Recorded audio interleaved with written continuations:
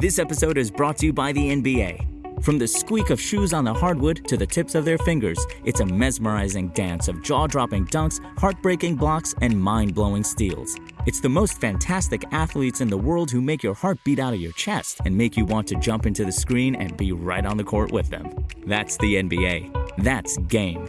Don't miss the NBA playoffs going on now. This show can be found on Podcast DC, the new local app with hundreds of options in local news, health, and, of course, of the DMV region. Download the Podcast DC app to hear all the Empire shows as well as the other great content. Empire.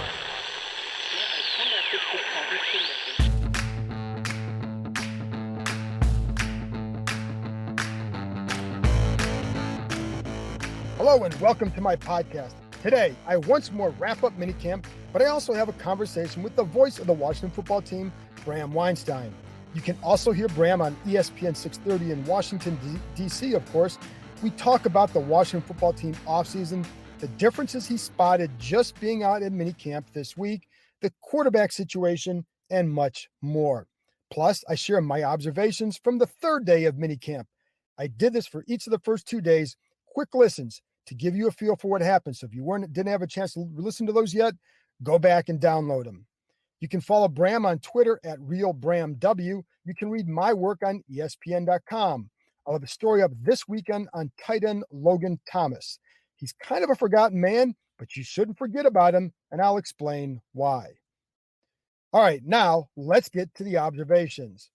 Ryan Fitzpatrick does a lot of things that will help Washington this season. He makes others better because he can use more of the playbook that gives others a chance to develop more. That's one of the lessons the team learned going through the whole Dwayne Haskins situation and then moving on to a veteran quarterback like Alex Smith. The difference and the impact it had on others. Again, it's the same thing they raved about Alex Smith last year, and you saw how guys responded. The coaches expect more of the same with Fitzpatrick. So while Ron Rivera says there's competition for the job, it's definitely Fitzpatrick's to lose. And there will be competition. Taylor Heinecke's done a nice job. They like him. And I think if Fitzpatrick struggles or doesn't look great, Taylor Heinecke can slide in there. But if Fitzpatrick goes out and plays well, he's definitely going to get it, going to keep the job. Now, I also know, like I said, they like Heinecke. And the one question they had about him is durability. So they really like the fact that he did add those 15 pounds this offseason, looking noticeably bigger in the upper body. On Thursday, there was one play. Rookie Jamin Davis received a lesson from Fitzpatrick. He sucked up Davis on a hard count, with Davis tipping his hand big time that he would be coming on a blitz. So Fitzpatrick adjusted, called an audible. Davis then blitzed, and they hit Terry McLaurin in the area that Davis had vacated. A vet move, a rookie mistake. Now, a couple plays later, Davis filled the gap quickly for what would have been a stop of Antonio Gibson for probably a yard or less. Washington's coaches have thrown a lot at Davis this spring in terms of the information they gave him and the responsibility they placed on him by putting him inside at middle linebackers to see if he could do it. He did not look lost out there, and that is a good thing. Later, Fitzpatrick threw 2 picks in the red zone. Now, I don't get carried away with picks in practice all the time, unless a guy never throws one. And even then, why didn't he throw one? Is he dumping off all the time, never taking a shot, not throwing with anticipation? Because if you're doing all that, you're going to throw some picks. Was the receiver, on some plays, did he run a wrong route? Don't know that. But it was notable today that Fitzpatrick threw 2 picks in the red zone. Why? Because it's one thing I saw in film that he has continued to do in his career. Even in the last couple of years, I know that he's played a lot better. That's an area where he's thrown more picks. Yeah, he's cut down on his turnovers, but again, the red zone can be problematic. And today he tried to force a ball to Cam Sims, and Khaliki Hudson picked it off. There was traffic around Sims, wasn't really open. And again, that's one thing. I remember he had a pick against the Jets in one game where it wasn't because he was anticipating a route. It's because he didn't see somebody and forced it in there. That's where you can get in trouble. 2 plays later, he tried to hit tight end John Bates over the middle. The ball was slightly tipped, and Bobby McCain picked it off. And listen, if that ball wasn't tipped, it still would have been picked off. Again, it's spring. But when it comes to Fitzpatrick and turnovers, this is the area of the field that has concerned me. I will say one reason they liked McCain enough to sign him is they felt he had some range and ball skills. Well, he picked off 2 balls today. Got Heinecke on a deep ball down the middle of the field, a ball intended for Kelvin Harmon. Again, I don't think Heinecke saw him. Certainly didn't think he would get there if he did.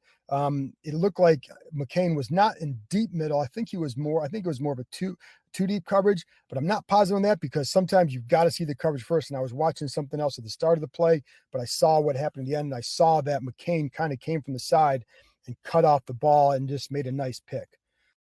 One receiver who made a couple big plays, including a highlight play of the day, was Antonio Gandy Golden. To be honest, he hasn't been on my radar that much right now, so I kind of had to double check to see, well, who's number 11? I forgot, and that's more on me than him because not like, listen, you should know all the numbers right now, but sometimes like you're paying so much attention to this guy, and this guy, they forget who's not. Oh yeah, it's Antonio Gandy Golden. Anyway, he caught a fade ball down the left side from Taylor Heinecke down the left side in the corner of the end zone from a far distance where we were. You couldn't tell if he got his feet down, and really it depended on if you were on offense or defense to think that he did, because even after the play, I think it was Chase Young and Daron Payne kind of playfully jawing with the offense about it. If he did get his feet down, it looked like it was a nice grab. Later, he beat Troy Apke down the left side and made a nice grab on a deep ball from Heinecke as he crossed into the end zone. Guys are clearly rooting for him, as on this play, Terry McLaurin sprinted from the sidelines to the end zone to greet him, shouting, "You deserve this, you deserve this, you deserve this," and just running up the field with him. Even running backs coach Randy Jordan ran over to him, as did a few of the other receivers, including Cam Sims. Rookie De'Ami Brown, who has impressed the coaches, beat Wednesday's big play guy, Benjamin St-Juste, off the line and did a little kind of a stutter and go, creating more separation down the field. Heinecke with the deep completion. Brown also beat William Jackson downfield on another play. The ball was underthrown. I don't remember who the quarterback was. Jackson did recover okay on the play, but if the ball is thrown right, that's a big play. Brown has been able to get open down the sidelines this spring. He'll have to do more than that when the games begin, but it's not a bad place to start, and the coaches are excited to see what he can do. One of the things I like about receiver Adam Humphries and why he will help is how well he knows where to move and where to sit. I saw Fitzpatrick connect with him on a comeback route on one play, but because it was in zone, Humphries continued to float to the open spot and create a better situation for the quarterback. That is why he'll stick around. I think fans will enjoy watching undrafted rookie running back Jarrett Patterson in the preseason. He's going to become the new fan favorite, or the guy that nobody wants to see get cut. I'll have a podcast with him sometime in the next couple of weeks. It's really hard to see how well running backs are doing now because they're not in pads, but what you can see from him is the quickness after the catch and his ability to turn up fast. We saw that in one play today where looked like kind of a half bootleg with he caught a ball in the flat and quickly turned up, would have scored because he basically caught it, turned up, and was gone. And it was just a nice play by Patterson. Again, he'll be somebody to watch and to see how he develops. Cam Curl, of course, has been working as the number one strong safety with Landon Collins out. He also took reps as a big nickel with other units today. The kid just has instincts. But really, to me, it's just knowledge and the ability to play fast because of recognition. I saw that again on a couple plays today where he would have stopped some bubble passes or receiver screens because of his recognition. On one of them, the receiver couldn't even block him because he got over there too soon. The hard part with judging anything in the spring, especially along the lines, is the lines can only be so physical. A lot of times you'll see the ends or the linemen, the defensive linemen they'll make their initial burst, and then you're going to kind of hold up. There are some times where you know that this guy would have sacked the quarterback on this play, but you're not going to finish the play because that's not what you're supposed to be doing. There are times where the offensive linemen, they're going to do their blocks, but you're not going to carry them out the same way you are as if it was a real regular season game because you don't want to get your guys hurt. Sometimes they'll slow up on blocks and all that, and it impacts how you can gauge a play. But I like what I've seen from the starting defensive ends in Montez Sweat and Chase Young. Of course, those guys look every bit as good as you would hope. And I will say, I think one of the things to watch this season is the lack of depth, or do they have depth at defensive end? There's a lot of question marks beyond those two. I also like what I've seen from rookie offensive tackle Sam Cosmi. Again, with no contact, it's really hard to go beyond just the fact that he moves well and it looks like he plays with a good base, but I'm anxious to see him in training camp for those one-on-ones and more. Linebacker Cole Holcomb made a terrific play in coverage today as well. Fitzpatrick wanted to hit tight end John Bates down the right seam, about 20 yards down the field or so, but Holcomb had really good depth on his drop, made a leaping rejection of the ball. It was almost a perfect throw by Fitzpatrick, but instead it turned out to be a really nice play by Holcomb. No pick, but a pass breakup and an athletic one. That's it for me. I'll be back after this break with the voice of the Washington football team, Bram Weinstein. The big things he noticed while being out at minicamp.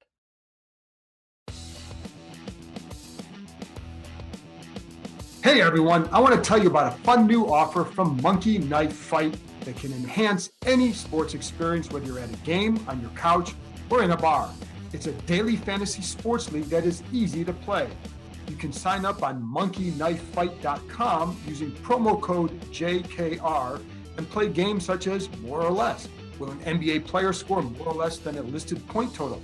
You can do the same in baseball. Will a pitcher have more or less strikeouts than a given amount, etc.? It's fun. And every Friday, it's Home Run Derby. Bet on 3 guys who hit home runs that night. All 3 hit one, you share in the prize pool.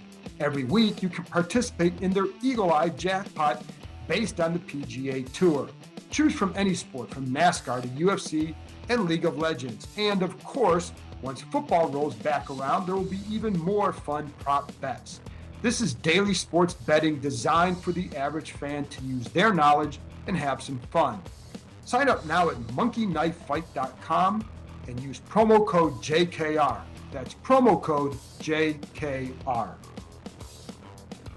Welcome back. Now here's my conversation with Bram Weinstein. This episode is brought to you by HP Plus. In a world full of smart devices, shouldn't your printer be smart too? It is with HP Plus. These printers know when they're running low, so you always get the ink you need delivered right when you need it. Plus, you save up to 50% on ink, so you can print whatever you want, as much as you want, anytime you want. Huh, that is pretty smart. Get 6 free months of instant ink when you choose HP Plus. Conditions apply. Visit hp.com/smart for details. All right, Bram, first time out here this offseason. Yeah. Initial impressions? Way deeper team. I feel like, maybe it's just I've been away from it for a little bit, and sometimes you get back out here and you have those kind of first day, you get that feeling of you see the competitiveness again and you forget that that's happening every day, but it does feel different to me, honestly. I think this is a way deeper team than they've been in some time. And there are a few people that I wanted to see specifically, like Fitzpatrick, obviously. I'm really curious about the North Carolina receiver, Bram, really curious about him.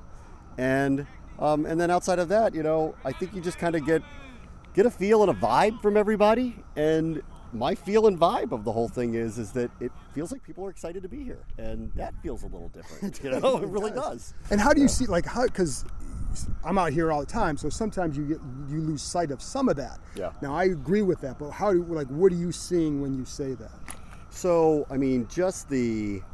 you could just feel some team camaraderie going on. Yeah. And it's tangible. And I'm not just saying it. It's it when you see it. And it's kind of there, especially on defense. And because I think that group probably collectively, subconsciously knows they're going to be good. What those numbers look like, I don't know, right. Because tougher schedule and all of that stuff is there. But I think they know they're walking in with swagger. They know they're good. And they should. And they've been improved just like the offense has been improved. Like the William Jackson signing could be huge for them. I think he's really good. Yes, in terms of how they get to utilize that front as opposed to just relying on that front. They now have a back end that they can potentially trust differently than they did a year ago. And now you get to play some games with those skill position guys up front like Chase Young and Montez Sweat and see if you can create even more havoc than they did a year ago. So I'm excited about that. I think they kind of know that. Offensively, there's just a lot of moving parts. Yeah. So right now, while I'm excited about the depth increase and all the potential, and you know how potential goes this time of year, everybody's turning everybody into the next superstar. I still feel like I'm in total wait and see. I saw a couple articles written recently where people were like, the offense could be their strength, it could be explosive, and I'm sitting there going, And I wrote one of those. Slow down. Well, I agree. I'm at slow down. I see a possibility. I also see a lot of moving parts. We don't even know who 3 starters on the offensive line are. The quarterback hasn't played a preseason game here. I know he's been around the block and all that stuff. We don't know who the receivers are outside of McLaurin and Samuel that are definitively going to be starting and being relied upon. Right. I really feel like give it some time. Let's see what happens. I agree. There's an upside, but I want to slow the roll a little bit on all that stuff. Well, when you've been around long enough, so have I, to know we've been through these kind of preseason before where it's like, hey, look, this could be really good, and then it doesn't. That's why I'm wondering, I wonder if there's something different this time. And maybe it's because they're a little bit younger. Maybe it's because they've built up more depth that you feel like maybe this one's maybe a bit more of a substantial. Now, I don't know that they're going to take this huge increase in wins and all that, but I think the building they're doing is a more substantial process perhaps than before. I mean, the schedule looks daunting, to say the least. Now, that said, when the schedule came out a year ago and it was at Pittsburgh, at Dallas, at San Francisco, I chalked those up as 3 losses. Right. And they won all of them for varying different reasons. But they did, right? They did. And Pittsburgh, listen, no excuse for Pittsburgh. They were 11-0 when they beat them. Dallas and San Francisco were not the teams we thought they would be by the time that they played them at that point in the schedule. So all of that's in play, right? All of that's really in play. To sit here and project out how everybody's season is going to go is also fool's gold. That said, it does look like murderer's row, especially at home. When the quarterbacks they face too are tougher. That's where the ones at home look scary, really scary. So even if the metrics are a little bit off from a year ago, I still feel like in the end, the defense is going to carry the day, at least until the offense potentially comes around. And while I want to slow the roll on expectations on the offense, I don't think it's unfair to ask a lot of the defense because they have the personnel. They have more of the depth that they need. They are a couple pieces away from looking like a dominant crew that is coming together all at the same time. And I feel like they should be, whether they end up ranked this way based on their competition. I think they should be a top 5 defense. I think they should. Yeah. With the quarterbacks, anything jump out at you just in a little bit that you've been able to watch? Taylor Heinecke has gained weight. 15 pounds. And it's obvious. Yeah. Like, this was one of those, I saw the quote, and then it's like one of those things you don't think about it. And then I walked out here and I looked at him. He looks different. And I am very now intrigued to see him in the preseason because Ryan Fitzpatrick is going to be the starter on this team. He has a 1-year deal. We all know that the constant circular motion is who's the quarterback of the future? Is he going to be drafted next year? Is it going to be someone on the open market? Is it Aaron Rodgers? Is something like that going to make itself available to them? And I got to tell you, after what he did a year ago, my only feeling was he earned the right to be here and compete. And I'm with you on that. Yep. And now he's clearly putting in the time and the effort to do the thing the coaches are asking of him in the offseason. He's still taking this very seriously. We know he's a gamer. Right. We know he's a competitor. He's smart. Those numbers he posted at ODU are not an accident. I know it's on the level it was, but it's not an accident. He dominated there. And I am very, very intrigued to see how he develops with a bigger frame this summer because he may, this is freezing cold takes of all freezing cold takes, he could develop into an answer for them beyond this next season. And I think it's funny because the whole offense thing now, slow your roll. That's right. So I guess, but that's where I guess maybe. But having said that, I'm not talking about this year. I'm talking about 2022. There's a possibility. Right. My thing with him was always durability was an issue, and my other thing was do not stop looking for a guy thinking you have the answer with him. I agree. You couldn't do that, but. You know that you're going to give him a chance now, and that's what he warranted. And if he does develop, that's more power to them. He has earned a shot. Every team takes flyers. They're taking one on this tight end. They're going to put him out there. You see him. He's impressive looking. You see him and you go, I see why they're trying this. I don't know whether it'll work or not. They're taking a flyer on an athletic player, right? In his case, he's not going to wow you with his physique. He's not going to wow you with his ability to run. But we know what we know with what we saw at the end of the year thrown into a ridiculous scenario and how well he played, how much his teammates clearly already kind of like him. And now the coaches asked him in the offseason, not only gave him the contract, but said, this is what we want you to do. And on day one of mandatory things, there he is looking like it. Right. So it just says to me that let's just keep an eye on him. Yeah, there's I'm no with promises. You. Let's just keep an eye on him. That everyone keeps saying, we don't know who the quarterback of the future is.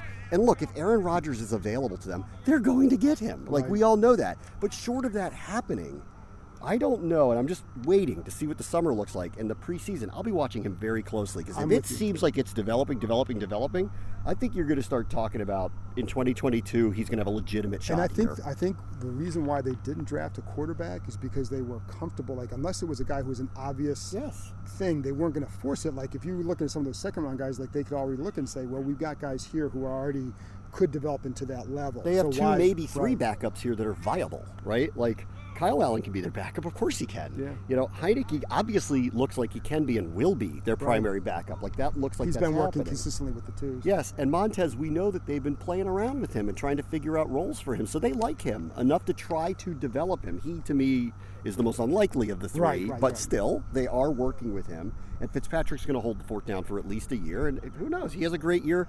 What's stopping him from signing him to another one-year deal again? Like, there's nothing stopping that. No. So while, listen, would everyone feel comfortable if Dak Prescott or Aaron Rodgers or Tom Brady was the quarterback? Of course, it would be an upgrade for over anything that they have. But I don't know that the cupboard's bare. You know what I mean? Yeah, I do. Well, I think that's why, like I said, they were comfortable. Like, if the quarterback of the future presented themselves in the draft, they would take them. If not, they were like, I know their thinking was they've got guys in house who can do something this year to a certain level. And then if one of them develops, more power to them. And if not, you go back out next year. Maybe you're more aggressive looking for a guy at that point. I mean, like, listen, I know Morgan Moses is gone, but this is a good example of it. A year ago, he took the offseason very seriously. Right. It was obvious when he showed up. Look at the season that he had. You know, and whatever happened here towards, this particular year. But it paid off with the season he had a year ago. Heinecke has taken this very, very seriously. You can just tell by looking at him, right? By looking at him. And so he's got my eye. He's got my attention. Let's see what happens in those 3 preseason games, because I think we know who the starter is here. Right. Let's see what happens in those 3 preseason games. Is it a harbinger for what's coming in a year or two when they think about what the future of the position is? Yeah, I'm with you. I'm completely with you on that. Is there offensively with some of the other players, whether it's a Gibson or anybody like that, is there somebody else that just jumps out and say, I can't wait to see how this guy develops? Yeah, I mentioned Brown. I really want to see how he fits into all of this. Unfortunately, Curtis Samuel isn't practicing because of the injury, so we'll have to wait till the summer to see him. I want to see how they incorporate him, because obviously there's a lot of options with how you could utilize him, and I'm wondering what their thinking is, and some of that will be revealed in the summer. And, the other one is, and I've said this a million times, and I still believe it, I still think they need another running back here. Like a primary, 3 down, first and second down, run some clock running back. Because if we all agree that, like, the offense has potential that it didn't have in the past, but may take some time to come together and won't be explosive, and your calling card is a defense that might shut people down, don't you want to have a run game that you can rely on to sit on some leads sometime? Right. And I think you're asking too much of Gibson to be a primary running back for 17 games. I think they need another running back, and I think that's going to happen in the summer. I think they'll get... Someone's going to get cut. Someone's going to be available. I think there's going to be maybe a circular motion of veterans. And, it was even like when people like Kerryon Johnson was cut. I'm like, do you look at someone like that? He's not a perfect answer, but don't you need somebody else who can come in here and spell Gibson, run the ball, run some clock, ball control when you want to? And I do think that that's still someone that they need to earmark and find. Right, and I think Lamar Miller, it's one of those, hey, let's see. But you're right. If some, I think there are always veteran running backs available that that maybe can help you out a little. AP a couple years ago. If Lamar Miller's past the injuries he had a couple years ago and can give you a good season, then your answer is here. Right. If he can't, I think you need a fail-safe for this. And I like that they brought in Patterson. I like that they're testing out these kind of skill backs. But I'm talking about a first and second down Adrian Peterson type running back, so that Gibson isn't carrying the load the entire year that way. Right. No, and I agree with that. Defensively, what would be any concern or question? I still think linebacker a little bit. I mean, Jamin Davis is freakish talent, so hopefully he'll fit in, and I think he's walked into a very good scenario with what's in front of him, so there should be room for him to make plays. Still think they're missing a starting linebacker. And I still think safety, to me, is a very open-ended question. Free safety or both? Well, because Cam Curl, at least those guys can play. Yes, but I think it's an open question of how people are utilized. And I'll say this too: the other part with Landon Collins, right? There's been so much about what's going on with him, what's going on with him. With the corner upgrade, I do feel like that there is going to be some room to be actually very creative with him, Yeah, right? I agree with that. And so I'm hoping that that's what they're selling him on, that, hey, don't get caught up in what they call you or what your position title is. We're going to put you in positions to make plays because we're not going to rely on you traditionally in ways that we might have with a weaker defense. I think they have room to work with him as a linebacker / corner / that big nickel, like whatever you want. So I think he may find himself after all of this in a spot, assuming health, to be utilized in a way where he can make plays. Right, and I think you're right, though. That's a sales job that they have to it's do. a sales more job. Than anything. Yeah. And so, last thing, legit optimism here. I think it's real, don't you? I mean, different than in the past. I want to be realistic about it, but I do look around their division and go, I don't know why they can't win it again. So I think you should have legitimate optimism for this team. Thanks, Bram. Yep. This episode is brought to you by PayPal. Online. It's where PayPal was born. But it's not all dancing cats and double rainbows in cyberspace. I mean, 1 minute you're trying to outbid Soup Boy 99 on some antique spoons. Next thing, your bank account is nothing but tumbleweeds. But now, PayPal has ventured out into the real world with non-dancing cats and actual rainbows, ready to help you start taking payments in person. It's a safe and easy way to get paid. Just generate your unique QR code in the PayPal app for customers to scan and start accepting PayPal in person today. Learn more at paypal.com/US/getQRcode. I'm Amanda Klutz, Broadway actress, dancer, and celebrity trainer, and I partnered with Equinox to create a custom AK rope class. It's a rhythmic group fitness experience, and music is an integral component. Jump and sculpt using the rope in ways you've never imagined. It's time to get back to moving our bodies. AK Rope, my signature class, now available at Equinox, is a safe, fun, and positive way to do just that.